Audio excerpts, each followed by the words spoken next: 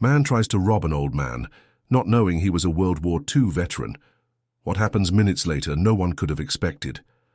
The fluorescent lights of Jim's corner store buzzed softly in the quiet night, casting a pale glow on the weathered face of Frank Winters. At 90 years old, Frank stood behind the counter, his hunched posture and slow movements belying the strength and resilience that lay beneath. To the casual observer, he was just another tired clerk working the graveyard shift. But Frank's eyes told a different story, one of courage, sacrifice, and unwavering resolve. As a World War II veteran, Frank had seen the worst of humanity. He had trudged through muddy trenches, felt the sting of bullets whizzing past his ears, and witnessed the fall of comrades on blood-soaked battlefields. Now, in the twilight of his life, he found himself guarding a different kind of front line, the night shift at a convenience store in a small town that had long since forgotten the echoes of war. The store's bell chimed softly as the door swung open, admitting a gust of cool night air and a lone customer. Frank's trained eyes immediately assessed the newcomer, a young man, probably in his mid-20s, with a confident swagger that seemed out of place in the quiet store. There was something in his demeanor that set off warning bells in Frank's mind, a tension in his movements that spoke of desperation and ill intent. As the young man approached the counter, Frank's weathered hands instinctively moved closer to the hidden compartment where he kept his own firearm, a habit born from years of vigilance. The newcomer's eyes darted around the store, taking in the empty aisles and the lone security camera in the corner. "Can I help you, son?" Frank's voice was steady, betraying none of the suspicion that had taken root in his mind.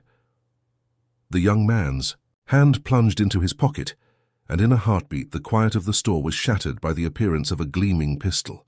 "Cash. Now," he demanded, his voice cold and firm, devoid of emotion or hesitation. Frank stood perfectly still, his gaze locked on the would-be robber. In that moment, time seemed to slow, and Frank was transported back to the battlefields of his youth. He could almost smell the acrid scent of gunpowder, feel the weight of his rifle in his hands. But this was not war. This was a young man making a terrible mistake. The robber's frown deepened as he waited for a reaction, but all he received was Frank's steady, unwavering gaze. The air in the store grew heavy with tension, the silence broken only by the soft hum of the refrigerators and the pounding of the robber's heart.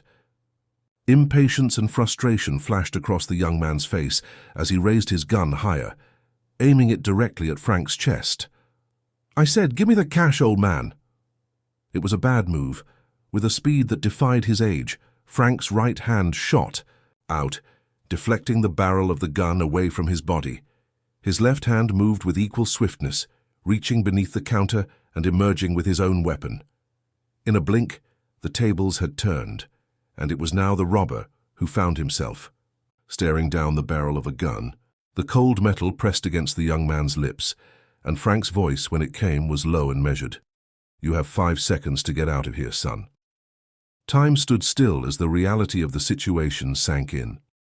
The robber's eyes widened in shock and fear, his lips trembling against the icy barrel of Frank's gun. Slowly he began to back away, his hands raised in surrender. When he reached the door, he turned and fled into the night, leaving behind only the lingering echo of the store's bell. Frank lowered his weapon, letting out a soft sigh. His hands remained steady, showing no sign of tremor or hesitation.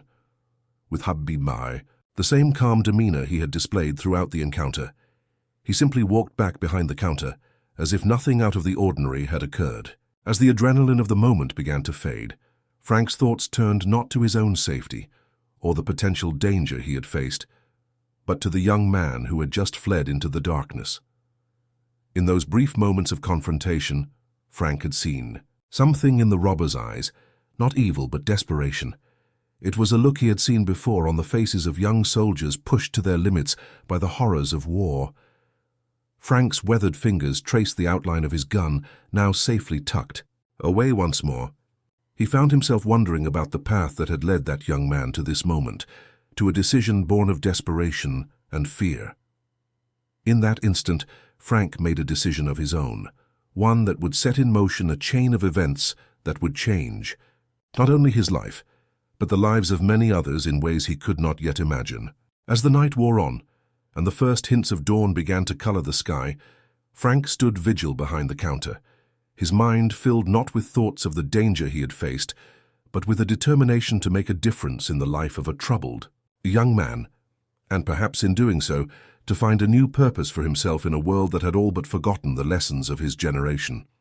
Little did Frank know that this night would mark the beginning of a journey that would challenge his beliefs, test his resolve, and ultimately lead to a transformation that would ripple through his small community, touching lives and healing wounds in ways he never could have anticipated. The following morning, as sunlight streamed through the windows of Jim's corner store, the owner, Jim Thompson, arrived to relieve Frank from his night shift. As he walked in, Jim noticed something different in the air, a tension that lingered, like the aftermath of a storm. "Everything all right, Frank?" Jim asked, his brow furrowed with concern. Frank nodded slowly, his eyes distant. "Had a bit of excitement last night, Jim. Nothing I couldn't handle." Jim's eyes widened as Frank recounted the events of the attempted robbery. When Frank finished his tale, Jim immediately moved to check the security footage. As the grainy video played out on the small monitor, Jim watched in awe as Frank, with lightning-fast reflexes, disarmed the would-be robber. "My God, Frank," Jim breathed, his voice a mixture of shock and admiration. "You're not just an employee. You're a guardian angel." Frank shrugged off the praise, uncomfortable with the attention. "Just did what needed to be done, Jim, nothing more." But as Frank gathered his things to head home, his mind was far from the events of the previous night. Instead, he found himself lost in memories of another time, another place, a world away from this quiet convenience store. As he walked the few blocks to his small apartment, the streets of their sleepy town transformed in his mind's eye. The tea. Neat rows of houses became bombed-out ruins. The chirping of morning birds morphed into the distant rumble of artillery fire. Frank's steps faltered as the weight of his memories pressed down upon him. He remembered a young soldier, not much older than the would-be robber from last night, trembling in a foxhole as shells exploded around them. The boy's name had been Tommy, fresh-faced and terrified, thrust into a war he barely understood. Frank had taken the young soldier under his wing, teaching him not just how to survive, but how to hold on to his humanity in the face of unspeakable horrors. As Frank reached his apartment building, he paused, looking back down the street. In the distance, he could just make out the faded sign of Jim's corner store. The juxtaposition of his wartime memories and the quiet morning scene before him was jarring, a reminder of how far he had come and how much the world had changed. Inside his modest apartment, Frank moved with the careful precision of a man accustomed to routine. He hung up his jacket, placed his keys in the small dish by the door, and made his way to the kitchen to brew a pot of coffee. As the rich aroma filled the air, Frank's gaze fell upon a framed photograph on his bookshelf. The picture showed a much younger Frank, dressed in his army uniform, arm in arm with a beautiful young woman. Sarah, his wife of 52 years, had passed away 3 years ago, leaving Frank to navigate his twilight years alone. Her absence was a constant ache, a void that even his busy nights at the store couldn't quite fill. As Frank sipped his coffee, his mind drifted back to the young robber from the previous night. There had been something in the boy's eyes, a mixture of fear and desperation that Frank recognized all too well. It was the same look he had seen in Tommy's eyes all those years, ergo the look of someone who felt trapped and alone. Frank's gnarled fingers tightened around his coffee mug. He had helped Tommy find his way back then, had shown him that there was still good in the world worth fighting for. Perhaps, he thought, it wasn't too late to do the same for this troubled young man. With a newfound sense of purpose, Frank reached for his phone. His arthritic fingers moved slowly over the keypad as he dialed Jim's number. "Jim, it's Frank. I've been thinking about last night and I've got an idea. Can you meet me for lunch later today?" As Frank hung up the phone, he felt a familiar stirring in his chest, the same feeling he had experienced as a young soldier, preparing for a mission. It was a mixture of anticipation and determination, a sense that he was about to embark on something important. Frank spent the rest of the morning poring over old photo albums and journals, retracing the steps of his life's journey. Each yellowed photograph and faded entry reminded him of the lessons he had learned, the challenges he had overcome. As he closed the last album, Frank knew with certainty that his work was not yet done. There was still good to be done in the world, still lives to be touched and changed, and Frank Winters, veteran, widower, and unlikely guardian, was ready to answer the call once more. The sun hung high in the sky as Frank made his way to Rosie's Diner, the local eatery that had been a fixture in town for as long as anyone could remember. The bell above the door jingled cheerfully as he entered, and the familiar scent of coffee and homemade pie wafted through the air. Jim was already seated in a booth near the back, a steaming mug of coffee in front of him. He waved Frank over, curiosity evident in his eyes. "All right, Frank," Jim said, as the older man slid into the booth across from him. "What's this big idea of yours?" Frank took a deep breath, his weathered hands clasped on the table in front of him. "Jim, I've been thinking about that young man from last night. I can't shake the feeling that we have an opportunity here, a chance to make a real difference." Jim's eyebrows rose. "What do you mean?" "The guy tried to rob us, Frank. He's a criminal." Frank shook his head slowly. "He's a young man who's lost his way, Jim. I've seen that look before in the eyes of soldiers pushed to their breaking point. What he needs isn't punishment. He needs guidance." As Frank outlined his plan, Jim's expression shifted from skepticism to disbelief, and finally to cautious interest. Frank proposed reaching out to the young man, offering him a job at the store and a chance to turn his life around. "It's a risk, I know," Frank admitted. "But I believe it's one worth taking. Everyone deserves a second chance, Jim. Sometimes all it takes is one person willing to take a leap of faith." Jim leaned back in his seat, running a hand through his graying hair. "I don't know, Frank. It's a noble idea, but how do we even find this guy? And what if he's dangerous?" Frank's eyes twinkled with a hint of mischief. "Leave that to me. I've got a few tricks up my sleeve from my army days. As for the danger, well, I think I proved last night that I can handle myself." After much discussion and debate, Jim finally agreed to Frank's plan, albeit with reservations. As they left the diner, Frank felt a renewed sense of purpose coursing through him. He knew the road ahead would be challenging, but he was ready to face whatever obstacles lay in his path. Over the next few days, Frank put his plan into action. He reached out to old contacts, called in favors, and scoured the town for any information about the young robber. His persistence paid off when he finally got a name. Michael Reeves, a 26-year-old with a troubled past and a string of petty crimes to his name. Armed with this information, Frank set out to find Michael. His search led him to a run-down apartment complex on the outskirts of town. As he approached the building, Frank could feel the weight of years lifting from his shoulders. For the first time in a long while, he felt truly alive, driven by a purpose greater than himself. Frank knocked on the door of apartment 3B, his heart pounding with a mixture of anticipation and nerves. There was a long pause, followed by the sound of shuffling feet. Finally, the door creaked open, revealing a familiar face, the young man from the convenience store, his eyes wide with shock and fear. "You!" Michael gasped, instinctively taking a step back. Frank held up his hands in a gesture of peace. "I'm not here to cause trouble, son. I'm here to talk and to offer you something." Michael's eyes darted nervously between Frank and the hallway behind him, clearly considering whether to flee. Frank's next words stopped him in his tracks. "Son, if you want money, I can teach you an honest way to get it. You don't have to live like this." The words hung in the air between them, heavy with potential. Michael's shoulders sagged as if a great weight had suddenly been placed upon them. His voice, when he finally spoke, was barely above a whisper.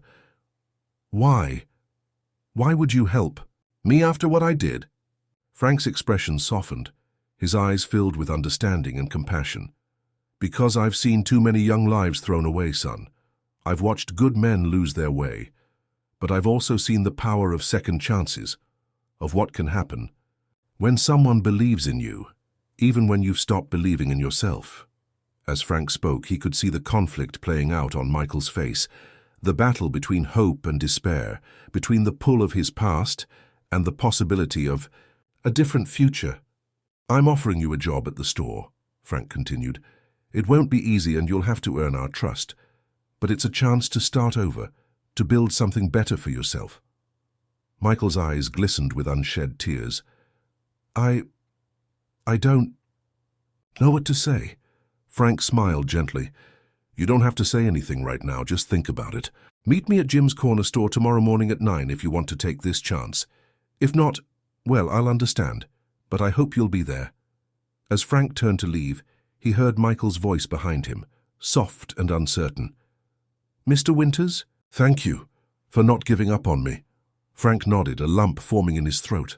As he made his way back home, he couldn't help but feel that he had just taken the first step on a new journey, one that would change not only Michael's life, but his own as well. That night, as Frank lay in bed, his thoughts were filled with hope and possibility.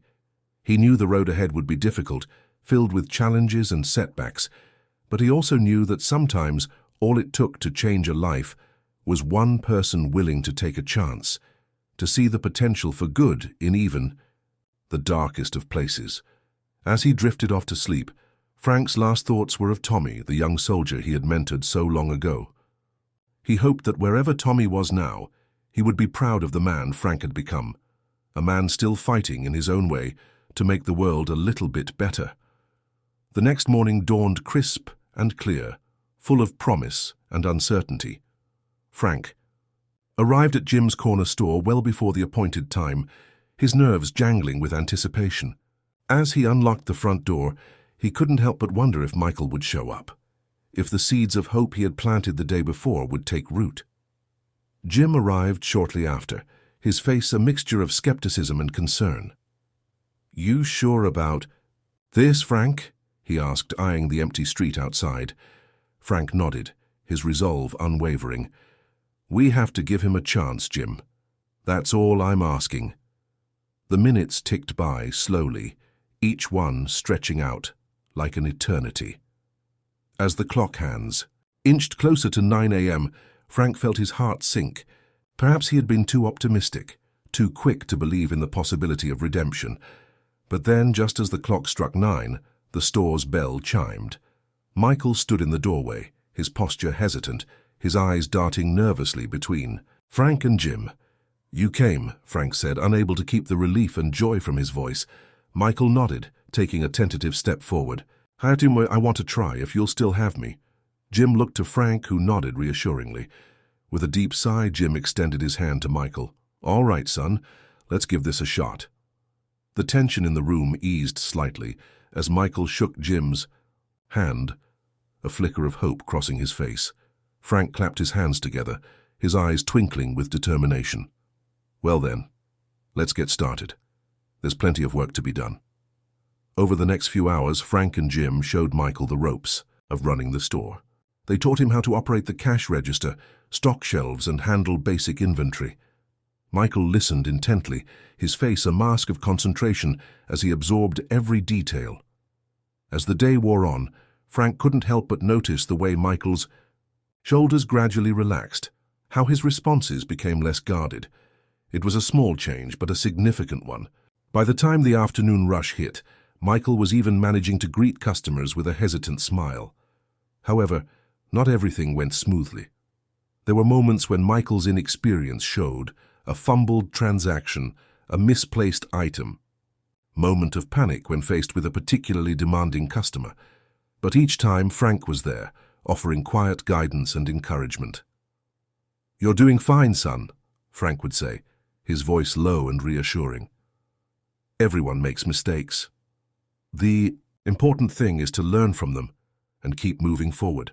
As closing time approached, Jim pulled Frank aside while Michael was busy mopping the floors. "I've got to hand it to you, Frank," Jim said, shaking his head in amazement. "I wasn't sure about this, but, well, the kid's trying, really trying." Frank nodded, a small smile playing at the corners of his mouth. "He's got a long way to go, Jim, but he's taken the first step, and that's what matters." After they had closed up shop, Frank found Michael sitting on the curb outside, his head in his hands. Frank lowered himself onto the curb beside him, his joints protesting the movement. "Tough day?" Frank asked gently. Michael nodded, not looking up. I don't know if I can do this, Mr. Winters. I kept messing up, and I could see how some of the customers looked at me, like they knew, like They could tell I didn't belong here. Frank was quiet for a moment, considering his words carefully. You know, Michael, when I first joined the army, I felt the same way. I was just a kid from a small town, surrounded by guys who seemed to know exactly what they were doing. I was sure everyone could see right through me, see how scared and out of place I felt. Michael looked up, surprise evident in his eyes. You? But you're so confident, so sure of yourself. Frank chuckled softly. That came with time, son, and a lot of hard work. The thing is, everyone feels out of place sometimes. The trick is to keep showing up, to keep trying, even when it feels impossible. That's how you build confidence. That's how you earn trust, not just from others, but from yourself. As they sat there in the gathering twilight, Frank shared more stories from his past, tales of struggle and perseverance, of the friends he'd made and the lessons he'd learned. With each story, he could see Michael sitting up a little straighter, his eyes growing more focused. Finally, Frank stood, offering his hand to Michael. So what do you say? Ready to give it another shot tomorrow? Michael hesitated for just a moment before taking Frank's hand and pulling himself up. Yeah, he said, his voice stronger than it had been all day. Yeah, I think I am.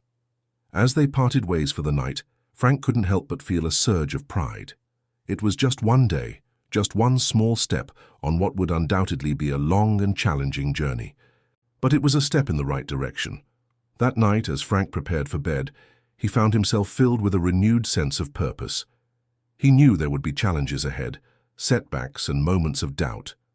But he also knew that in Michael, he had found not just a project or a cause, but a chance to pass on the wisdom and compassion that had been shown to him so many years ago. As he drifted off to sleep, Frank's last thoughts were of the future, not just Michael's but his own. For the first time in years, he found himself looking forward to tomorrow, eager to see what new opportunities and challenges it might bring. Little did Frank know that the simple act of believing in Michael would set in motion a chain of events that would touch not just their lives, but the lives of everyone in their small community. The journey ahead would test them both, pushing them to their limits and forcing them to confront not just their present circumstances, but the shadows of their past. But for now, in the quiet of the night, hope bloomed like a fragile flower, nurtured by the simple, powerful act of one man choosing to see the best in another. As days turned into weeks, Michael's presence at Jim's Corner store became a fixture in the community. At first, customers were wary, their eyes following Michael's every move with suspicion. But gradually, as they witnessed his earnest efforts and Frank's unwavering support, their attitudes began to soften. One particular incident stood out in Frank's mind. It was a busy Saturday afternoon, and the store was packed with weekend shoppers. Michael was at the register, his brow furrowed in concentration, as he carefully counted out change for an elderly customer, Mrs. Thompson. "You're new here, aren't you, young man?" Mrs. Thompson asked, peering at Michael over her spectacles. Michael tensed visibly, his eyes darting to Frank for support. Frank gave him an encouraging nod, and Michael took a deep breath before responding. "Yes, ma'am. I've been working here for a few weeks now." Mrs. Thompson hummed thoughtfully, studying Michael's face. "Well, it's nice to see a young person taking pride in their work. You keep it up, you hear?" The smile that spread across Michael's face in that moment was like the sun breaking through clouds. "Thank you, ma'am. I will." As Mrs. Thompson left the store, Frank could see the change in Michael's demeanor, a straightening of his shoulders, a newfound confidence in his movements. It was a small moment, but Frank knew from experience that sometimes it was these small moments that could change the course of a life. However, not everyone in town was as quick to accept Michael's presence. Frank began to hear whispers, snippets of conversation that fell silent when he approached. Some of the older residents, those who remembered Frank from his younger days, couldn't understand why he would take such a risk on someone with Michael's background. One afternoon, as Frank was restocking shelves, he overheard two regular customers, talking in hushed tones.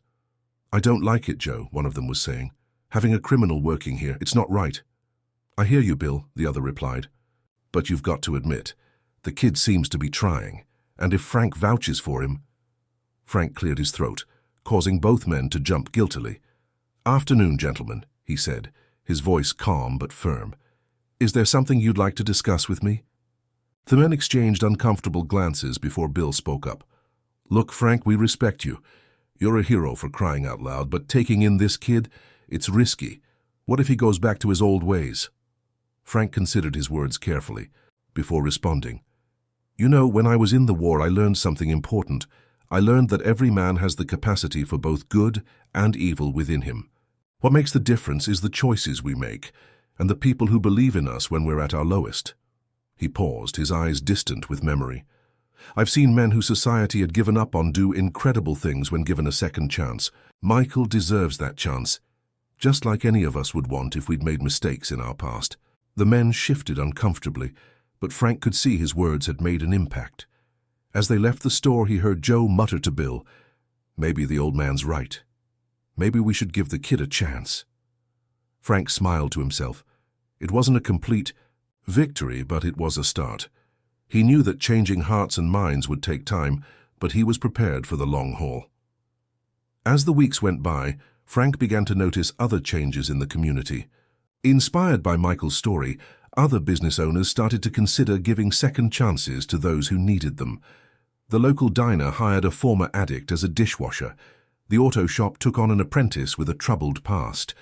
These small acts of faith and compassion began to ripple through the town, creating a subtle but undeniable shift in the community's atmosphere. People began to look out for each other more, to offer help where before they might have turned away. One evening, as Frank and Michael were closing up the store, Michael turned to him with a serious expression. "Mr. Winters," he said hesitantly, I want you to know how much this means to me. Not just the job, but everything, the way you believe in me, the way you've stood up for me." Frank felt a lump form in his throat. "You're doing the hard work, son. I'm just here to remind you that you're capable of it." Michael shook his head, his eyes shining with emotion. "It's more than that. You're showing me what it means to be a good man, to stand up for what's right, even when it's not easy."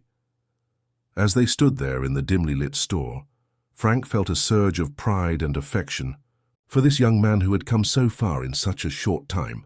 He realized that in trying to help Michael, he had found something he'd been missing since Sarah's passing, a sense of purpose, a connection to the world around him. But even as Frank reveled in the progress they'd made, he couldn't shake the feeling that their greatest challenges were still ahead. The road to redemption was rarely smooth, and he knew that Michael's past and his own might yet throw obstacles in their path. As they locked up and parted ways for the night, Frank found himself looking up at the stars, twinkling brightly in the clear night sky. He sent up a silent prayer, not just for Michael, but for all those struggling to find their way in the world. "Give us strength," he whispered to the heavens, "strength to face whatever comes, and to keep believing in the good in each other." Little did Frank know that his prayer would soon be put to the test, as forces beyond their control conspired to challenge everything they had built together. As summer gave way to autumn, bringing with it a chill in the air and a carpet of golden leaves on the ground, Frank couldn't help but feel a sense of cautious optimism. Michael had been working at the store for nearly 3 months now, and the change in him was remarkable. Gone was the nervous, guarded young man who had first stepped through the door. In his place was someone who greeted customers with genuine warmth, who took pride in his work, and who was slowly but surely earning the trust of the community. But just as Frank was beginning to believe that they had turned a corner, the past came calling in a way he couldn't have anticipated. It was a quiet Tuesday afternoon when the bell above the store door chimed, announcing the arrival of a customer. Frank looked up from the newspaper he had been perusing behind the counter, his greeting dying on his lips as he took in the newcomer. The man who entered was in his late 60s, with salt and pepper hair and a face lined with years of hard living. But it was his eyes that caught Frank's attention, eyes that held a familiar, haunted look, one that Frank had seen countless times, in the mirror during the dark days after the war. "Can I help you, sir?" Frank asked, his voice carefully neutral. The man approached the counter slowly, his gaze never leaving Frank's face. "Frank Winters?" he asked, his voice rough with emotion. "Fasiqua, you probably don't remember me, but—" "Tommy?" Frank breathed, recognition dawning. "Tommy Callahan?" A sad smile crossed Tommy's face. "It's been a long time, Sarge." For a moment, Frank was transported back in time, to muddy trenches and the deafening roar of artillery fire, to the scared young private he had taken under his wing so many years ago. He came around the counter, embracing Tommy with a fierceness that surprised them both. As they pulled apart, Frank noticed Michael, watching them curiously from where he was restocking shelves. "Michael," Frank called, "come meet an old friend of mine. This is Tommy Callahan. We served together in the war." Michael approached, shaking Tommy's hand politely. But as introductions were made, Frank couldn't help but notice a flicker of something, recognition, concern, pass across Tommy's face as he looked at Michael.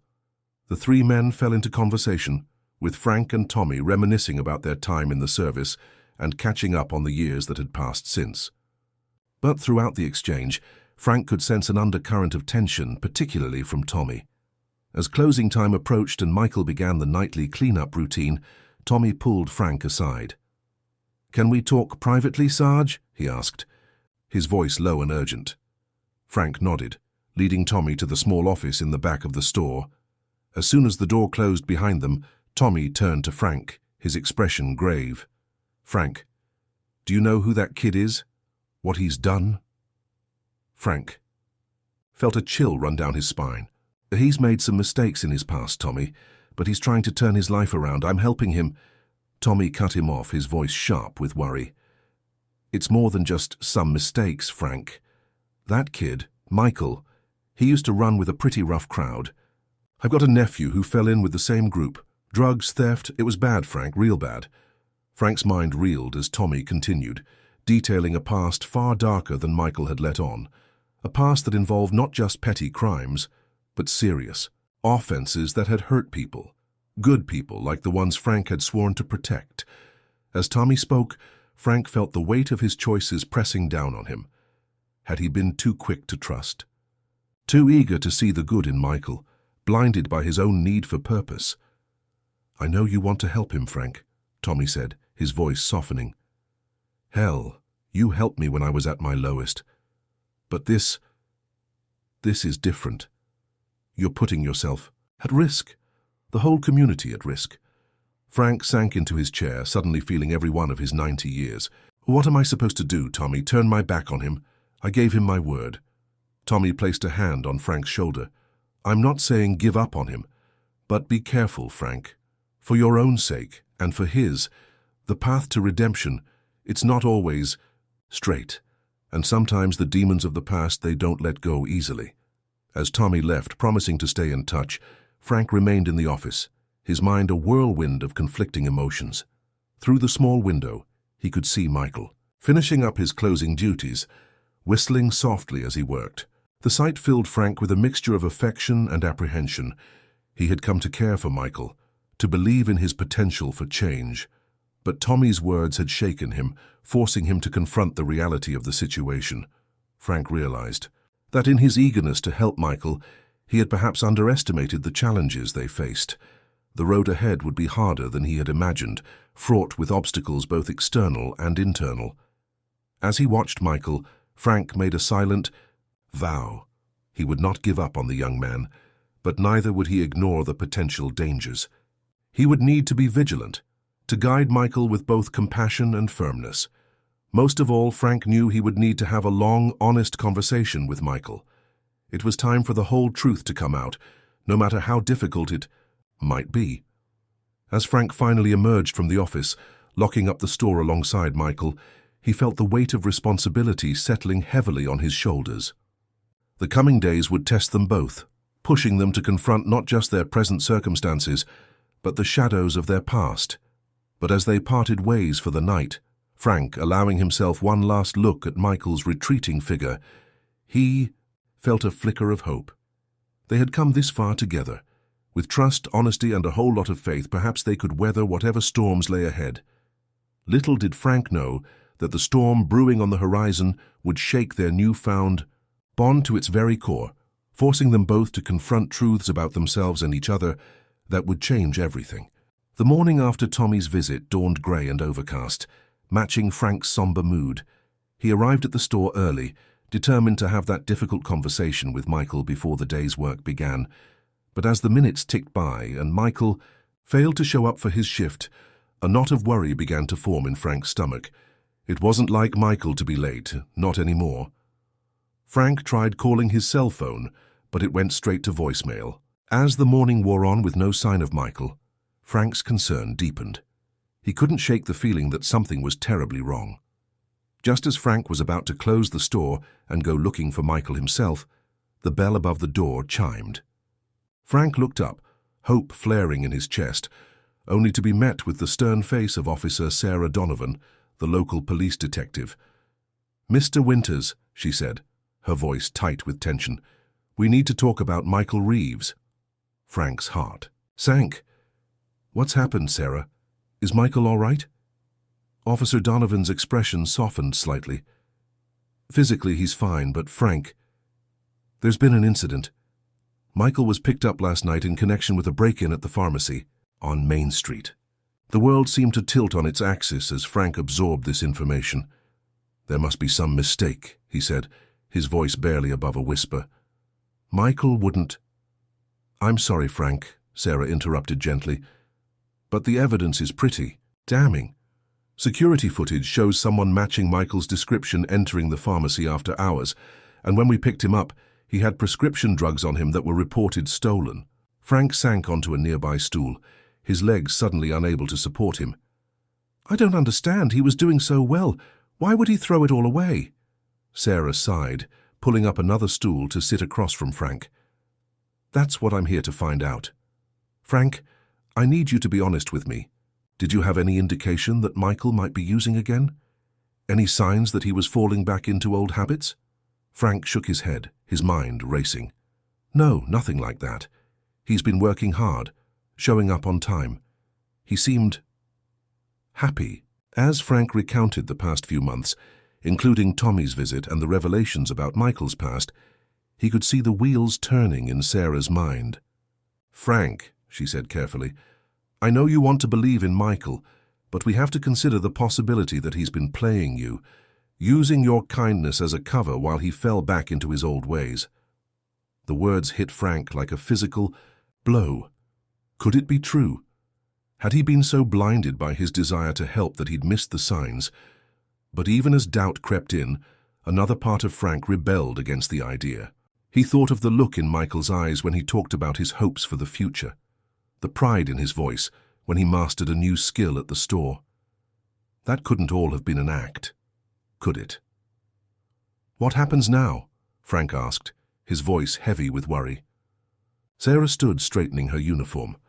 "Michael's being held at the station. Given his prior record, he's looking at serious charges. Frank, I know you care about him, but you need to prepare yourself. This could end badly for Michael." As Sarah turned to leave, Frank called out, "Can I see him?" She hesitated for a moment before nodding. "I'll arrange it, but Frank, be careful. Don't let your heart cloud your judgment." After Sarah left, Frank stood in the empty store feeling more alone than he had in years.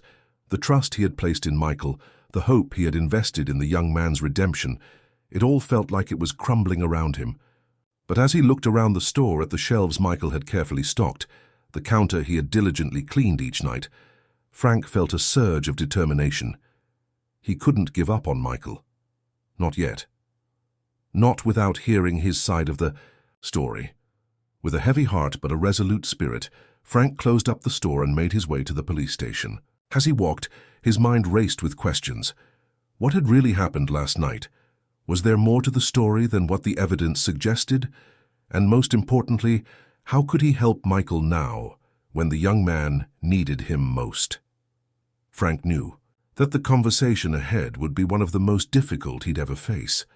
But he also knew that it could be a turning point, not just for Michael, but for himself as well. It was a moment that would test his faith, his judgment, and his capacity for forgiveness.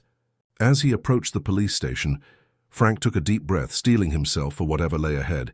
He didn't know what the truth would turn out to be, but he was determined to face it head-on. For Michael's sake, and for his own, he had to believe that there was still hope, that the bonds they had forged over the past months were strong enough to withstand even this storm. Little did Frank know that the conversation he was about to have would not only challenge everything he thought he knew about Michael, but would also force him to confront long-buried truths about himself and the nature of redemption. The turning point had arrived, and its aftermath would change both their lives forever. The fluorescent lights of the police station buzzed overhead as Frank was led down a narrow hallway to the interrogation room where Michael was being held. His footsteps echoed in the quiet corridor, each one bringing him closer to a truth he both yearned for and dreaded. When the door opened, Frank's heart clenched at the sight of Michael. The young man sat hunched over a metal table, his hands cuffed in front of him. He looked up as Frank entered, his eyes red-rimmed and filled with a mixture of shame and fear. "Mr. Winters," Michael said, his voice cracking. "I'm so sorry. I never meant for any of this to happen." Frank sat down across from Michael, studying the face he thought he had come to know so well over the past months. "Tell me what happened, son," he said quietly. "The whole truth this time." And so in that stark room under the unforgiving lights, Michael's story spilled out. He spoke of his past, not just the petty crimes Frank had known about, but the deeper, darker struggles with addiction that had led him down a path of increasingly desperate acts. He talked about the night of the attempted robbery at the store, how it had been a last-ditch effort to score money for drugs before he hit rock bottom. "When you offered me that job, Mr. Winters," Michael said, his voice thick with emotion, "it felt like a lifeline. I wanted so badly to be the person you thought I could be, and for a while I really was." Frank listened intently, his heart heavy but his mind clear. "So what changed? Why the pharmacy, Michael?" Michael's shoulders slumped. "My old dealer. He found me, said I owed him money from before. He threatened to hurt my sister if I didn't pay up. I tried to resist, Mr. Winters, I swear I did. But when he offered me one last job to clear my debt, I was weak. I took it." As Michael's tale unfolded, Frank felt a whirlwind of emotions: disappointment, anger, compassion, and an overwhelming sadness for the young man before him, who had been fighting battles Frank hadn't even known about. "Why didn't you come to me?" Frank asked, unable to keep the hurt from his voice. "I would have helped you, Michael, you know that." Michael looked up, his eyes brimming with tears. "I was ashamed, Mr. Winters. After everything you'd done for me, I couldn't bear to let you down. I thought I could handle it on my own, that I could do this one last thing and then be free of it all for good." The silence that fell between them was heavy with unspoken words and shattered trust. Frank's mind raced, trying to reconcile the Michael he thought he knew with the reality of the young man's actions. Finally, Frank spoke, his voice low and measured. "Michael, I won't pretend I'm not disappointed. You had choices and you made the wrong one, but—" He paused, meeting Michael's gaze steadily. "I also know that the road to redemption is rarely straight. We all stumble. The question is, what do we do after we fall?" Michael looked at Frank with a mixture of hope and disbelief. "You mean you're not giving up on me?" Frank shook his head slowly. "No, son. I'm not giving up on you. But things can't go back to the way they were. If we're going to move forward from this, it has to be with complete honesty. No more secrets, no more half-truths. And you're going to have to face the consequences of your actions." As they continued to talk, Frank laid out what the path forward might look like. The legal battles Michael would face, the long road of rebuilding trust, not just with Frank, but with the entire community. It wouldn't be easy, Frank made clear. There would be setbacks, moments of doubt, and hard choices to be made.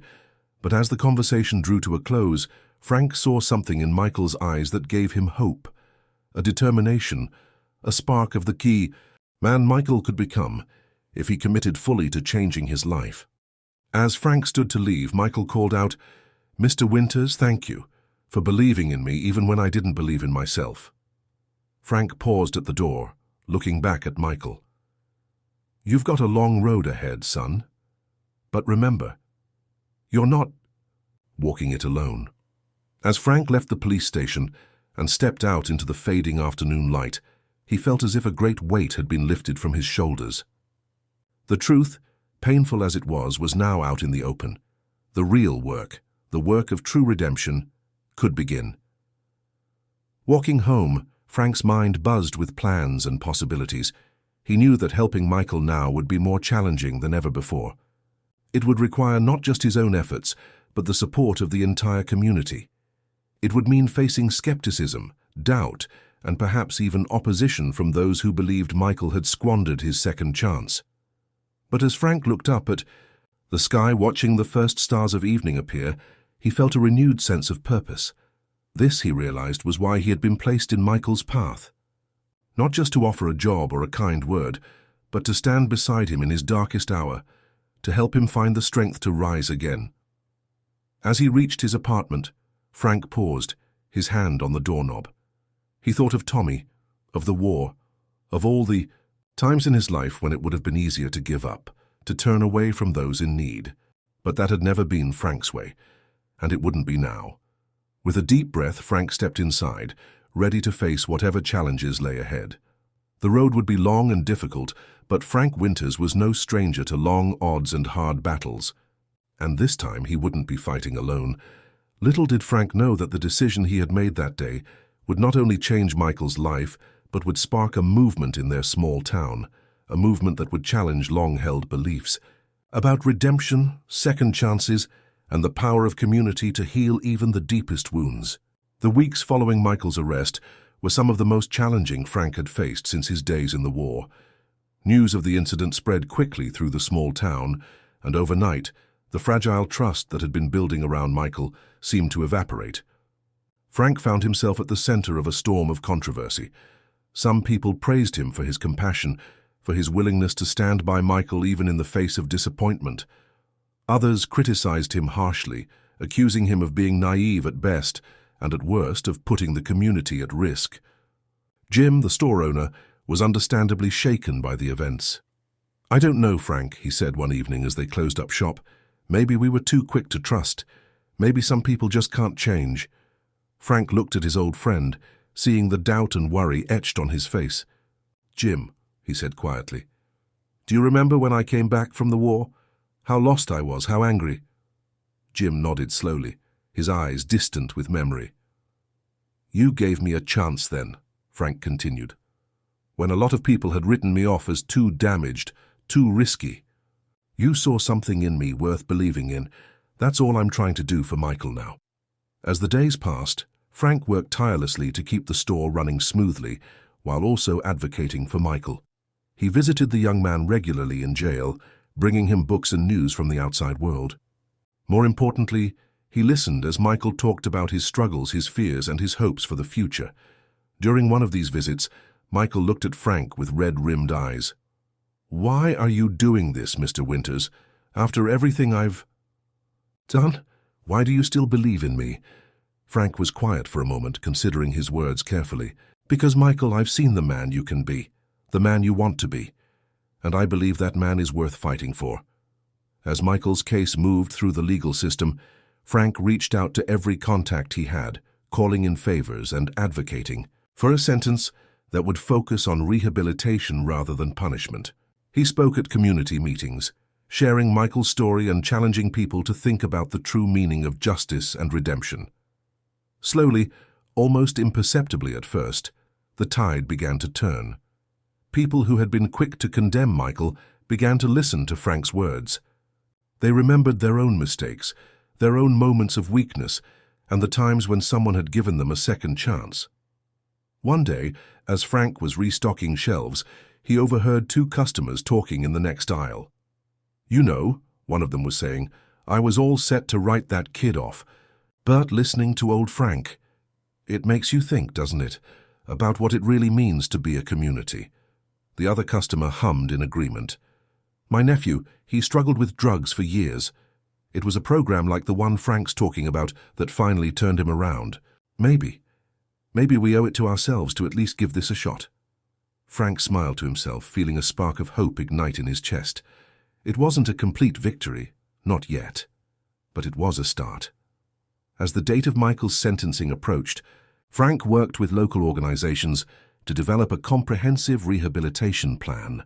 It would involve counseling, job training, and community service, a structured program designed to give Michael the support and skills he needed to truly turn his life around. The day of the sentencing dawned bright and clear. As Frank sat in the courtroom watching Michael stand before the judge, he felt a mixture of anxiety and hope swirling in his chest. The judge looked down at Michael, her expression stern but not unkind. "Mr. Reeves," she said, "your actions have caused harm not just to yourself, but to this community. You betrayed the trust of those who believed in you." Michael stood straight, his eyes forward, accepting the weight of her words. "However," the judge continued, "I have also heard compelling testimony about your efforts to change your life, and I have been presented with a rehabilitation plan that, I must say, is one of the most comprehensive I've seen." She paused, looking out over the courtroom. "It is the opinion of this court that true justice is not served merely by punishment, but by providing an opportunity for genuine rehabilitation and reintegration into society." As she laid out the terms of Michael's sentence, a combination of time served, probation, and mandatory participation in the rehabilitation program, Frank felt a wave of relief wash over him. It wasn't a perfect outcome, but it was a chance, a real chance for Michael to make things right. After the sentencing, as Michael was led away, he caught Frank's eye. The look that passed between them spoke volumes: gratitude, determination, and a renewed commitment to the path of redemption. Outside the courthouse, Frank found himself surrounded by members of the community. Some offered words of support, others still looked skeptical. But there was a palpable sense that something had shifted, that a conversation had been started that couldn't easily be silenced. As Frank made his way home that evening, he felt a renewed sense of purpose. The road ahead would be long and challenging for both Michael and the community, but Frank Winters had never been one to shy away from a challenge. He looked up at the stars twinkling in the twilight sky, feeling a connection to something greater than himself. This wasn't just about Michael anymore, he realized. It was about what kind of community they wanted to be, what values they wanted to uphold. As he reached his apartment, Frank paused, his hand on the doorknob. He thought of all the people who had taken a chance on him throughout his life, in war, in peace, in his darkest moments. Now it was his turn to pass that faith along. With a deep breath, Frank stepped inside, ready to face whatever the new day might bring. The work of rebuilding trust with Michael, with the community, with themselves, was just beginning. But Frank Winters was ready for the challenge. After all, he had learned long ago that the most important battles were often fought not on foreign soil, but in the hearts and minds of those closest to home.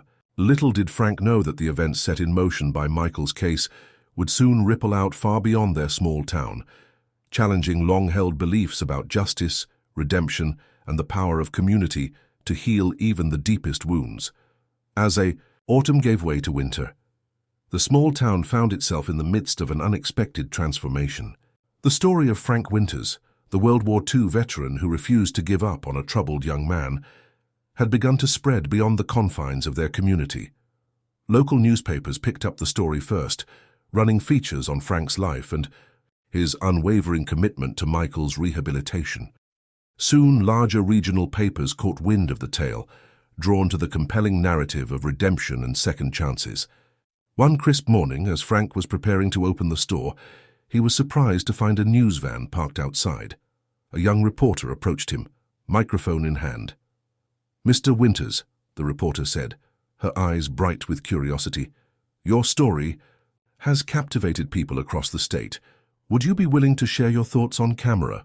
Frank hesitated, uncomfortable with the attention.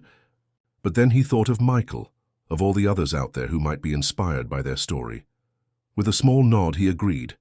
As the camera rolled, Frank spoke from the heart about second chances, about the power of community, and about the importance of seeing the potential in others, even when they couldn't see it in themselves. "We all make mistakes," Frank said, his voice steady and clear. "What matters is how we choose to move forward. And sometimes all it takes is one person believing in you to change the course of your life." The interview aired that evening, and the response was immediate and overwhelming. Frank's phone began ringing off the hook, with calls from people across the country who had been touched by his words. Among the callers was a state senator who had been working on criminal justice reform. Intrigued by Frank's approach, she arranged a meeting to discuss how programs like the one they had developed for Michael could be implemented on a larger scale. As word of their story spread, Frank and Michael found themselves at the center of a growing movement.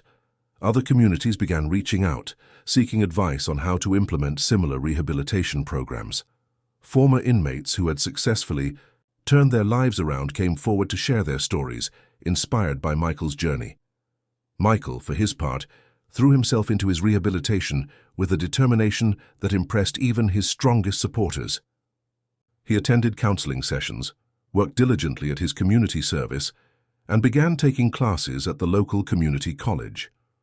One evening, as Frank was locking up the store, he found Michael waiting for him outside. "Mr.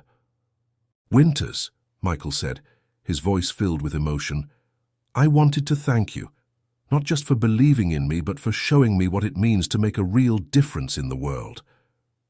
Frank looked at the young man before him, seeing not just who he was, but who he was becoming. "You're doing the hard work, son. I'm just here to remind you that you're capable of it." As they walked together in the cool evening air, Michael shared his plans for the future. He wanted to become a counselor, he said, to help others who were struggling with addiction and trying to rebuild their lives. "I want to pay it forward," Michael explained, his eyes shining with purpose, "like you did for me." Frank felt a swell of pride in his chest. This, he realized, was the true measure of their success, not just in Michael's personal growth, but in his desire to help others. As the months passed, their small town became a model for community-based rehabilitation programs. Crime rates began to drop as more people were given the support and resources they needed to turn their lives around. Frank found himself increasingly called upon to speak at conferences and community events, sharing his experiences and insights.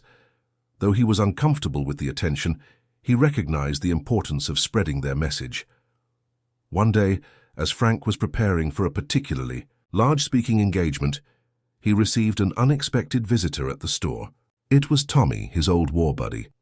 "Heard you've become quite the celebrity, Sarge," Tommy said with a grin. Frank chuckled, shaking his head.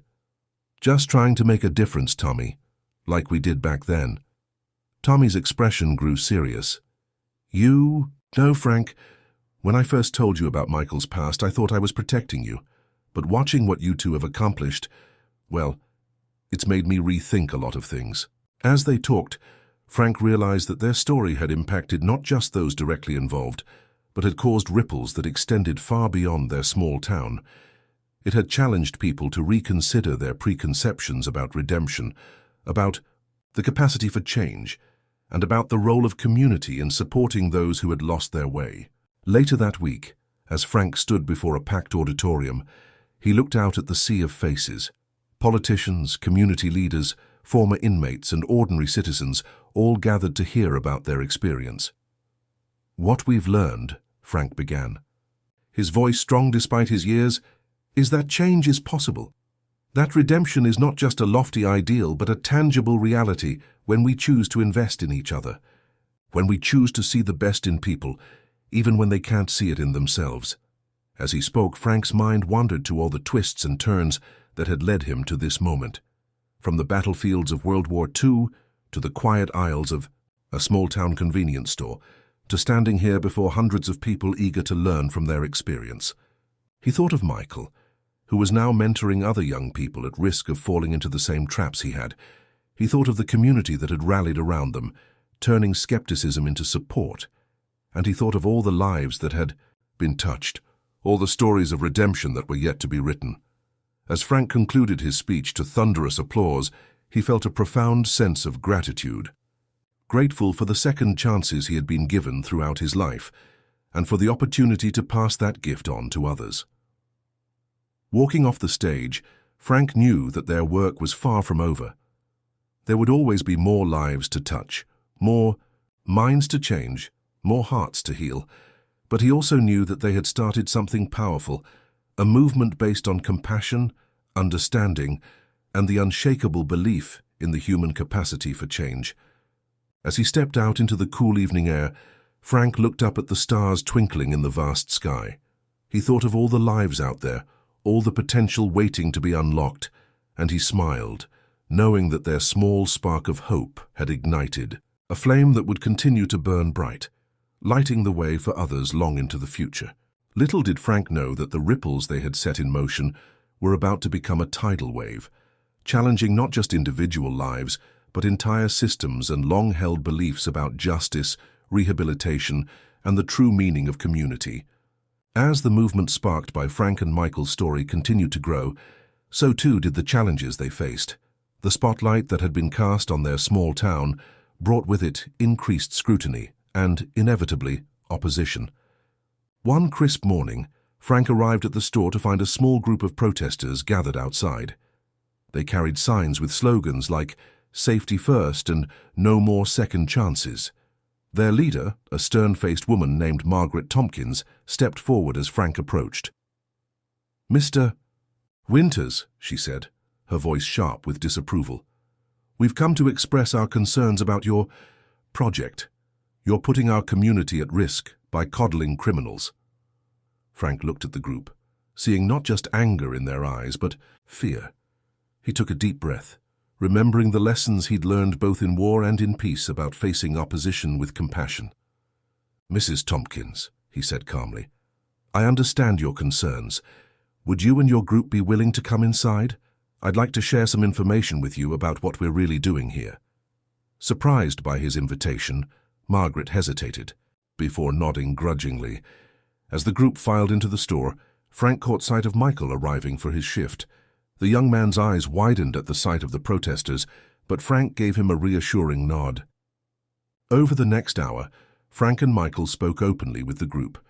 They shared statistics on the success of their rehabilitation program, explained the strict accountability measures in place, and most importantly, they shared stories of lives changed, families reunited, and a community growing stronger through compassion and understanding. As the conversation drew to a close, Margaret Tompkins stood up, her expression thoughtful. "Mr. Winters, Mr. Reeves," she said, her voice softer than before, "I can't say you've completely changed my mind, but you've given me a lot to think about. Thank you for taking the time to listen to our concerns." As the group left, Frank could see that while they might not have won everyone over, they had at least opened a dialogue. It was a small victory, but an important one. The challenges didn't end there. As their program gained more attention, Frank and Michael found themselves navigating increasingly complex political and social landscapes. They were invited to speak at state-level policy meetings, consulted on proposed legislation, and asked to weigh in on national debates about criminal justice reform. For Frank, who had always preferred the quiet life, the constant attention and pressure were overwhelming at times. There were nights when he lay awake, doubting himself, wondering if he was really equipped to handle the responsibility that had been thrust upon him. It was during one of these moments of doubt that Michael knocked on his door late one evening. The young man had sensed Frank's growing unease and had come to check on him. As they sat in Frank's small living room, Michael leaned forward, his eyes earnest. "Mr. Winters," he said, "I know all of this attention and responsibility is weighing on you, but I want you to know something. Every day I see the difference you're making, not just in my life, but in the lives of so many others. You're changing the world, one person at a time." Frank felt a lump form in his throat at Michael's words. "I'm just trying to do what's right, son, same as I've always done." Michael shook his head, a small smile on his face. "It's more than that, Mr. Winters. You're showing people what's possible when we choose to believe in each other. You're giving hope to those who thought they were beyond redemption."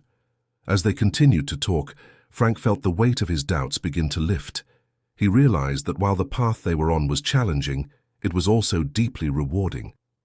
They were not just changing individual lives, they were changing the very fabric of their community and beyond.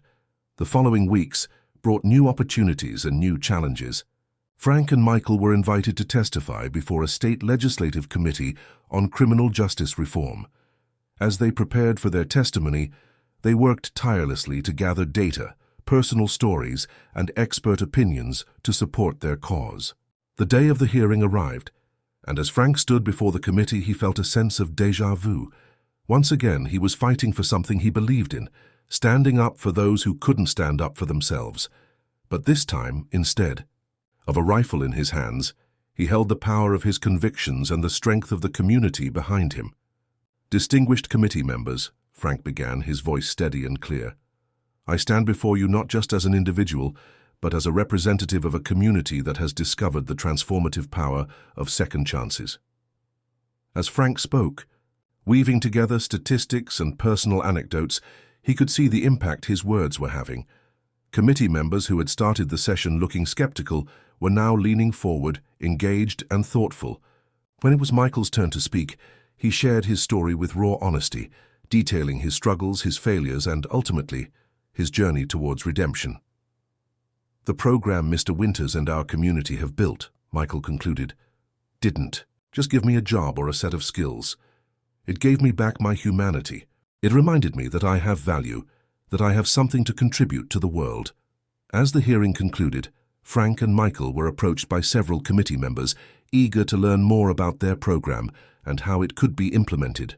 On a larger scale, on the drive back to their small town, Frank and Michael sat in comfortable silence, both processing the events of the day.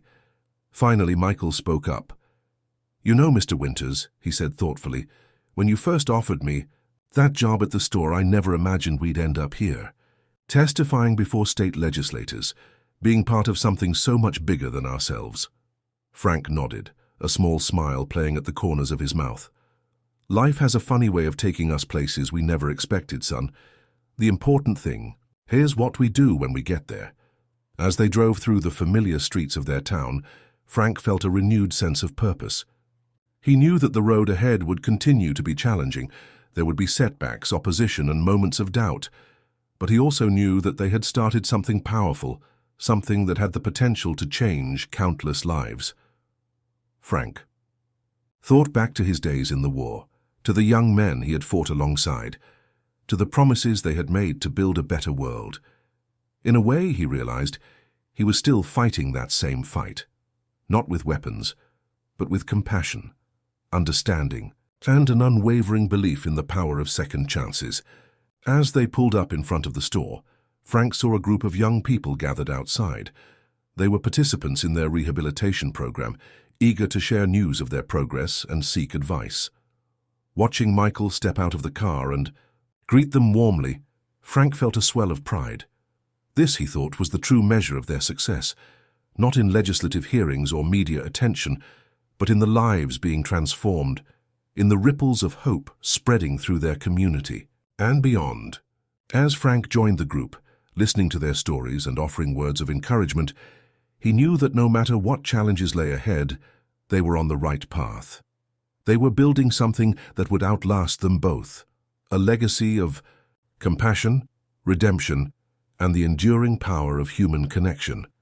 Little did Frank know that the greatest test of their movement and of his own faith in the power of second chances was yet to come. A challenge that would push them to their limits and force them to confront the deepest questions about forgiveness, justice, and the true nature of redemption. The crisp autumn air carried a sense of anticipation as Frank made his way to the community center. Today marked the one-year anniversary of their rehabilitation program, and the town had organized a special event to celebrate the progress they had made. As Frank approached the building, he saw Michael standing outside, greeting attendees with a warm smile. The change in the young man over the past year was remarkable. Gone was the nervous, guarded individual who had first stepped into Frank's store. In his place stood a confident, compassionate leader, respected by both program participants and community members alike. "Big day, huh, Mr. Winters?" Michael said as Frank drew near. Frank nodded, a mixture of pride and nervousness swirling in his chest. "Indeed it is, son. Indeed it is." As they entered the packed community center, a hush fell over the crowd. Frank made his way to the podium, acutely aware of all the eyes upon him. He saw familiar faces, program participants, their families, local officials, and supporters from across the state, But there were also new faces, including a group of reporters from national news outlets drawn by the growing buzz around their innovative approach to rehabilitation. Frank cleared his throat, his hands resting lightly on the podium. "A year ago," he began, his voice steady despite his nerves, "we embarked on a journey together, a journey to prove that with support, understanding, and a genuine chance at redemption, lives can be transformed and communities can be strengthened." As Frank spoke, detailing the successes of the past year, the drop in recidivism rates, the businesses that had joined their employment initiative, the families reunited, he could see the impact of their work reflected in the faces before him. There were tears, smiles, and nods of recognition as people saw their own stories in the broader narrative of change. Just as Frank was concluding his speech, a commotion at the back of the room caught his attention. A man had burst through the doors, his face contorted with anger and grief. Frank recognized him immediately, Robert Sawyer, whose daughter had been seriously injured in a drunk driving accident 2 years ago. "How dare you?" Robert shouted, his voice raw with emotion. "How dare you stand up there and talk about second chances when my Sarah will never get one? When she'll spend the rest of her life in a wheelchair because some addict decided to get behind the wheel?" A hush fell over the room as all eyes turned to Robert. Frank felt his heart racing, knowing that this moment could unravel everything they had worked so hard to build. But before Frank could respond, Michael stepped forward. "Mr. Sawyer," he said, his voice calm but filled with compassion, "I can't imagine the pain you and your family have been through. What happened to Sarah was a tragedy, and nothing can ever make that right." Michael paused, taking a deep breath before continuing. "But sir, I was that addict once. I made terrible choices that hurt people, and it was only because someone," he glanced at Frank, "believed I could be more than my worst mistakes that I'm standing here today. Not to excuse what I did, but to dedicate my life to preventing others from making the same choices." The room was silent as Michael spoke, his words resonating with a raw honesty that touched even the most skeptical hearts. "Our program isn't about forgetting the past or ignoring the harm that's been done. It's about finding a way to move forward, to break the cycle of addiction and crime that destroys so many lives." Robert stood there, tears streaming down his face, his anger giving way to a complex mix of emotions. Frank watched as several program participants approached him, speaking softly, sharing their own stories of redemption and their commitment to making amends. As the tension in the room slowly dissipated, Frank felt a profound sense of the weight of their work. They weren't just dealing with statistics or policies, they were navigating the deepest, most painful aspects of human experience: grief, anger, forgiveness, and the long, difficult road to healing. Later that evening, as Frank and Michael were cleaning up after the event, Robert Sawyer approached them. His face was etched with exhaustion, but there was a glimmer of something new in his eyes. Not acceptance, not yet, but perhaps the first tentative step towards understanding. "I'm not ready to forgive," Robert said, his voice hoarse. "I don't know if I'll ever be. But I want to understand. I want to know how this program of yours works, how you're trying to stop others from making the same mistakes." Frank felt a lump form in his throat.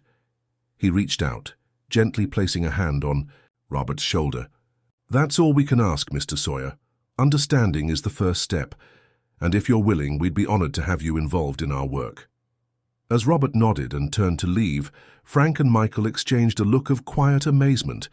This, they realized, was the true test of their program. Not just helping those who had made mistakes, but finding a way to heal the deep wounds those mistakes had left on others. In the days that followed, news of the confrontation at the anniversary event spread, but not in the way Frank had feared. Instead of derailing their efforts, it sparked a deeper, more nuanced conversation about the complexities of rehabilitation and restorative justice. Robert Sawyer's journey became a powerful part of their story. He began attending program meetings, not as a participant, but as a voice for those who had been harmed. His presence was a constant reminder of the real-world consequences of addiction and crime, adding a vital perspective to their work. One evening, as Frank was locking up the store, he found Michael waiting for him outside, a thoughtful expression on his face. "Mr. Winters," Michael said as they began to walk. "I've been thinking a lot about what happened with Mr. Sawyer, about how our work isn't just about giving second chances, but about finding a way to heal entire communities." Frank nodded, encouraging Michael to continue. "I want to start a new initiative," Michael said, his eyes bright with purpose. "A program that brings together recovering addicts and crime victims, not for easy forgiveness, but for honest dialogue, to build understanding, to find ways to make real amends." Frank felt a surge of pride as he listened to Michael's idea.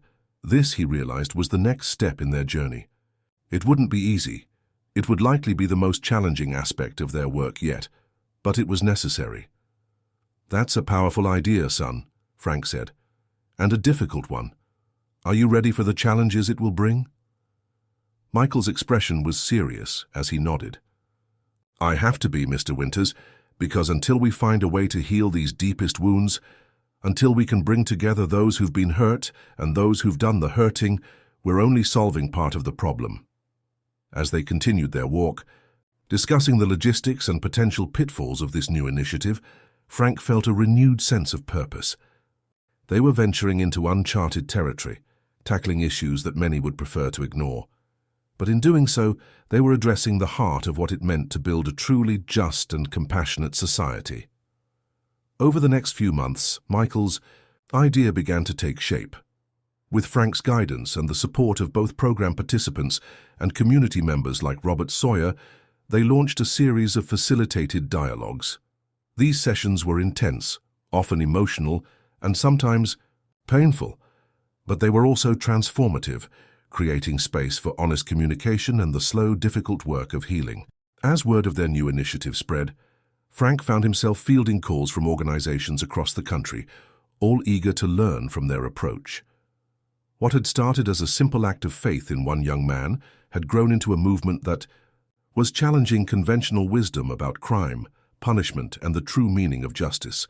One evening, as Frank sat on his porch watching the sunset, he reflected on the journey that had brought him to this point. From the battlefields of World War II to the quiet aisles of a small-town convenience store, to the forefront of a national conversation on rehabilitation and restorative justice.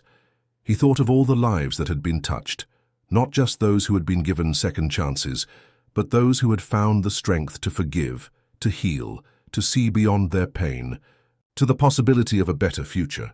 As the first stars began to twinkle in the darkening sky, Frank felt a deep sense of gratitude for the challenges that had shaped him, for the opportunities he'd been given to make a difference, and for the remarkable individuals like Michael who had shown him that it was never too late to learn, to grow, and to believe in the power of redemption. Frank knew that their work was far from over. There would be more challenges ahead, more hearts to heal, more minds to change. But he also knew that they had laid a foundation for something truly transformative, a way of addressing harm and healing communities that had the power to ripple out far beyond their small town. As he stood to go inside, Frank took one last look at the starry sky above. He thought of all the lives out there, all the stories of pain and redemption yet to be written. And he smiled, knowing that in some small way he and Michael had helped to light the way forward, showing that even in the darkest of times, there was always hope for a new beginning. Little did Frank know that the seeds they had planted would continue to grow and flourish long after he was gone, shaping the future of criminal justice and community healing in ways he could scarcely imagine. The ultimate test had become the ultimate triumph, a legacy of compassion, understanding, and the enduring power of second chances. As the years passed, the impact of Frank and Michael's work continued to grow, reaching far beyond the borders of their small town. What had started as a simple act of faith between an old veteran and a troubled young man had blossomed into a movement that was changing lives and reshaping communities across the nation. Frank, now in his mid-90s, had stepped back from the day-to-day operations of their programs, but his influence remained strong. He had become a beloved figure in the community, sought after for his wisdom and compassion. Michael, true to his word, had become a respected counselor and advocate, leading their initiatives with the same determination and hope that Frank had once seen in him. One crisp autumn morning, as Frank sat on his porch enjoying the changing colors of the leaves, he received an unexpected visitor. It was a young woman, probably in her early 20s, with a hesitant smile and eyes that held a mixture of nervousness and hope. "Mr. Winters," she said, her voice soft. "My name is Sarah Sawyer." Frank's eyes widened in recognition. This was Robert Sawyer's daughter, the young woman who had been injured in the drunk driving accident years ago. The event that had, in many ways, been the ultimate test of their program's principles. "Sarah," Frank said warmly, gesturing for her to sit, "it's wonderful to meet you. How can I help you?" Sarah took a deep breath, her hands clasped tightly in her lap. "I wanted to thank you, Mr. Winters, for everything you've done, not just for the person who hurt me, but for my father, for our whole community." As Sarah spoke, Frank listened intently, marveling at the journey this young woman and her family had been on. She told him how, inspired by the work of their program, she had become an advocate for restorative justice herself, how she had found healing not in anger or retribution, but in working to prevent others from experiencing the same pain she had endured. "Your program," Sarah said, her eyes shining with emotion, "it didn't just help the person who made a terrible mistake. It helped me find purpose in my pain. It helped my father find a way forward when he thought all hope was lost." Frank felt a lump form in his throat as he listened to Sarah's words. This, he realized, was the true measure of their success, not in statistics or accolades, but in the lives touched, in the cycles of pain and retribution broken. As Sarah prepared to leave, she handed Frank an envelope. "I'm getting married next month," she said with a smile. "And I'd be honored if you would attend. You and Michael both. You're a big part of the reason I'm able to look forward to a future full of hope." After Sarah left, Frank sat on his porch for a long time, the invitation clutched in his weathered hands. He thought about the long journey that had brought them to this point, the challenges, the setbacks, the moments of doubt. But most of all, he thought about the countless lives that had been changed, the ripples of hope that had spread out from their small beginning. Later that day, as Frank shared the news of Sarah's visit with Michael over a cup of coffee at the P store, he could see the impact it had on the younger man. Michael's eyes glistened with unshed tears as he listened to Frank recount Sarah's words. "You know, Mr. Winters," Michael said, his voice thick with emotion, "when you first offered me that job, I thought you were crazy. I couldn't understand why anyone would take a chance on someone like me." Frank chuckled softly, remembering that day that seemed so long ago now. "But now," Michael continued, "I see that it was never just about me. It was about believing in the possibility of change, about seeing the best in people even when they couldn't see it in themselves. You taught me that, and now we're passing that lesson on to others." As they sat there in the quiet of the store, Frank felt a profound sense of peace wash over him. He knew that his time was growing short, that soon he would have to leave this work in the capable hands of Michael and others like him. But he also knew that the seeds they had planted would continue to grow long after he was gone. In the weeks that followed, as Frank prepared to attend Sarah's wedding, he found himself reflecting on the remarkable journey of his life. From the horrors of war to the quiet dignity of running a small-town store, to becoming an unlikely catalyst for change in the criminal justice system. The day of the wedding dawned bright and clear. As Frank sat in the church watching Sarah, radiant in her wheelchair, being pushed down the aisle by her proud father, he felt a sense of completion. This moment, he realized, was a testament to the power of forgiveness, of second chances, of the indomitable human spirit. At the reception, Frank found himself surrounded by people whose lives had been touched by their work, former program participants who were now productive members of society, families who had found healing through restorative justice, community, leaders who had embraced their vision of a more compassionate approach to rehabilitation. As he looked around at the faces of those gathered, faces filled with joy, hope, and possibility, Frank felt a deep sense of gratitude. Gratitude for the life he had lived, for the opportunities he had been given to make a difference, and for the countless individuals who had joined him on this remarkable journey. Later that evening, as Frank prepared to leave the celebration, he found himself face to face with Robert Sawyer. The two men looked at each other for a long moment, years of shared history passing between them. "Thank you, Frank," Robert said simply, his voice thick with emotion, "for showing us all a better way." As they embraced, Frank felt the weight of their shared journey, the pain, the healing, the hard-won understanding. And he knew with a certainty that ran bone deep that their work had been worth every challenge, every setback, every moment of doubt.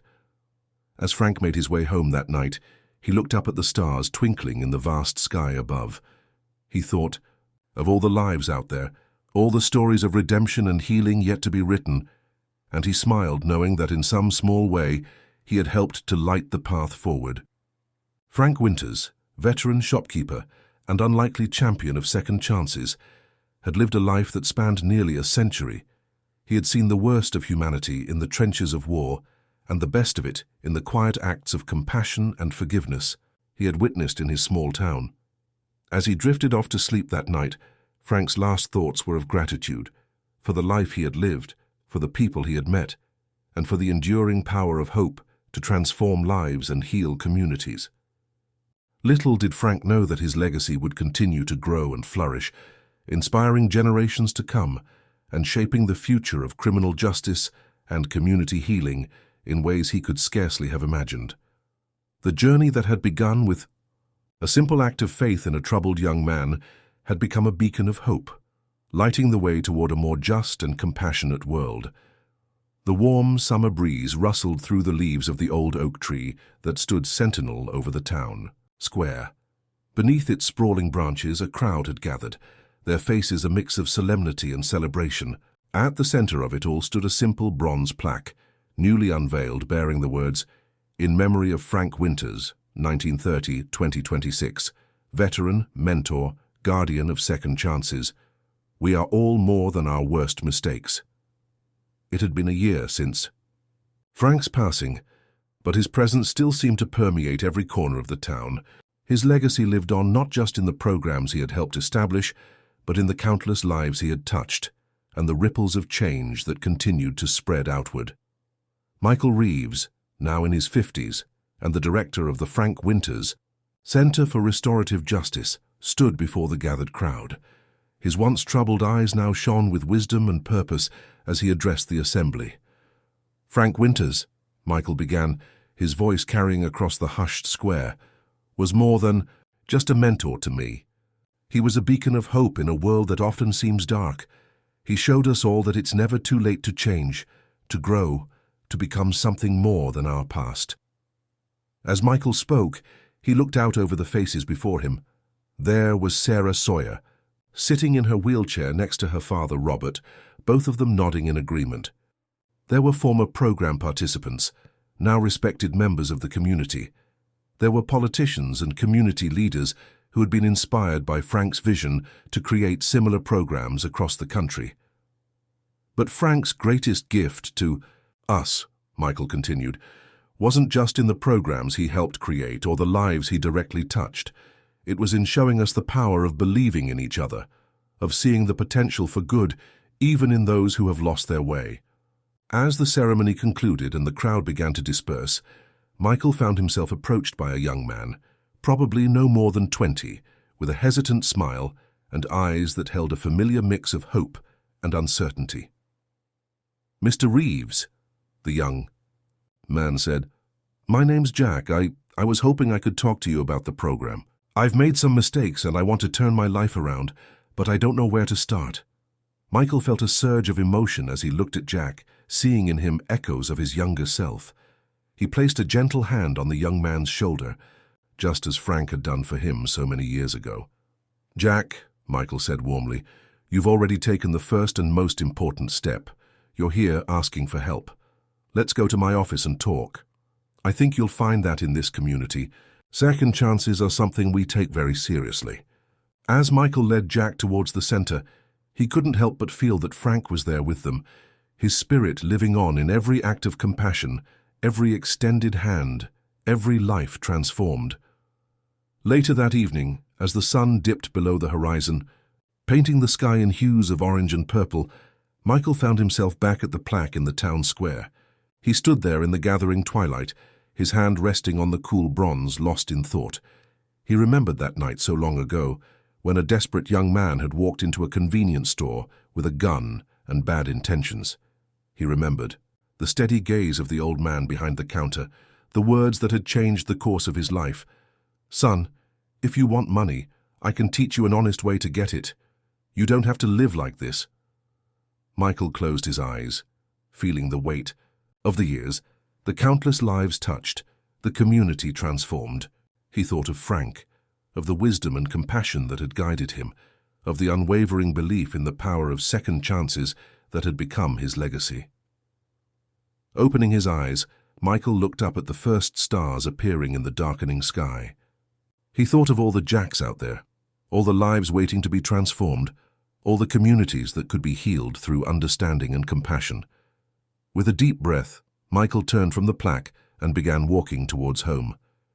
He knew that the work was far from over, that there would always be more hearts to heal, more minds to change, more lives to touch.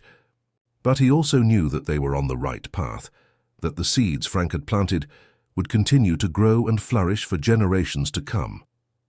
As he walked through the quiet streets of the town that had become a model of restorative justice, Michael felt a profound sense of gratitude. Gratitude for the second chance he had been given, for the mentor who had believed in him, and for the opportunity to pass that gift on to others. The legacy of Frank Winters lived on, not just in plaques or programs, but in the very fabric of the community he had helped to build. A community that believed in the power of redemption, in the strength of second chances, and in the enduring capacity of the human spirit to overcome even the darkest of pasts. As Michael reached his home and paused to look back at the town bathed in the soft glow of twilight, he smiled. He knew that somewhere Frank was smiling too, proud of the ripples of hope that continued to spread from that one small act of faith in a convenience store so many years ago. The story of Frank Winters and Michael Reeves had come full circle, but in many ways it was just the beginning, a testament to the enduring power of compassion, the strength of the human spirit. As Michael reached his home and paused to look back at the town bathed in the soft glow of twilight, he smiled. He knew that somewhere Frank was smiling too, proud of the ripples of hope that continued to spread from that one small act of faith in a convenience store so many years ago. The story of Frank Winters and Michael Reeves had come full circle, but in many ways it was just the beginning, a testament to the enduring power of compassion, the strength of the human spirit, and the transformative impact of believing in second chances. As Michael entered his home, he felt a renewed sense of purpose. The work would continue, the legacy would grow, and the light of hope that Frank had ignited would continue to shine brightly, illuminating the path for all those seeking redemption and a chance to rewrite their stories. In towns and cities across the country, similar stories were unfolding, lives being transformed, communities healing, and the cycle of despair being broken. Frank's vision had taken root, growing into a movement that was changing the very fabric of society, one second chance at a time. And so, as night fell on the town that had witnessed the extraordinary journey of an old veteran and a troubled young man, the stars seemed to shine a little brighter. They twinkled with the promise of new beginnings, of hope restored, and of the endless possibilities that arise when we choose to see the best in one another. The legacy of Frank Winters lived on, not just in the lives he had touched directly, but in the countless acts of compassion and understanding that his example had inspired. It lived in every hand extended in help, every heart opened to forgiveness, and every life reclaimed from the brink of despair. As the town settled into the quiet of night, the spirit of Frank Winters seemed to whisper on the gentle breeze, reminding all who would listen that in the end, it is not our mistakes that define us, but our capacity to rise above them, to learn, to grow, and to become something more than we ever thought possible.